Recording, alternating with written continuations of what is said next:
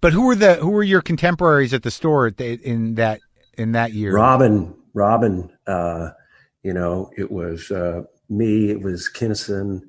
It was Robin. It was Eddie Murphy was coming in to try stuff out. Richard Pryor was there all the time. Right. Richard Pryor was going through a really weird period where I think he had done the first thing and he had burnt up. Right. He was questioning his abilities because he was doing it straight. And he went in and out. I found myself in the parking lot one night, 21 years old, and standing. Everybody else left, and suddenly I found myself standing with Richard Pryor. Yeah, which is enough to for any comic to just wet his pants. Yeah, and we passed a joint back and forth. And he said, "Be careful with this stuff." And he said, "I don't remember 40 years of my life." Huh. And I said, "What?" And I was dumbfounded. Yeah. I said, "What?" And he said, "I'm not sure it was me." Huh. And it was like a harpoon going through me, like the greatest of all time. Yeah. I was having those kind of doubts. Yeah.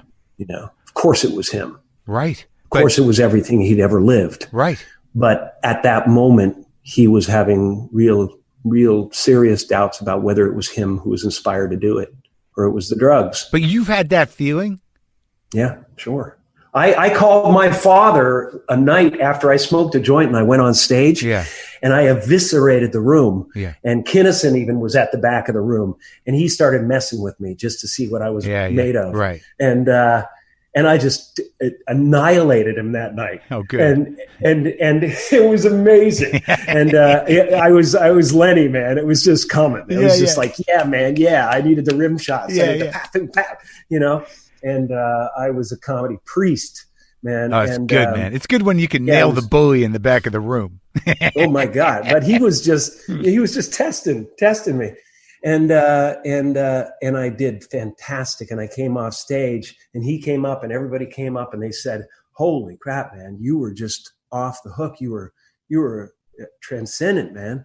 And I went, I was high, and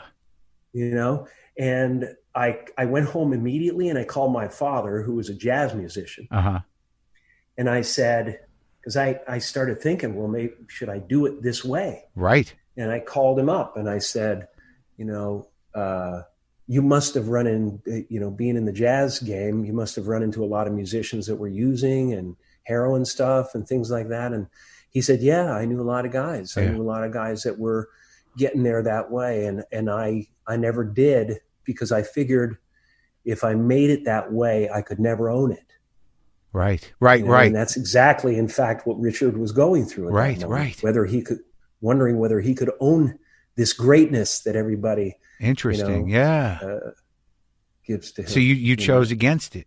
I chose against it. I can't do it.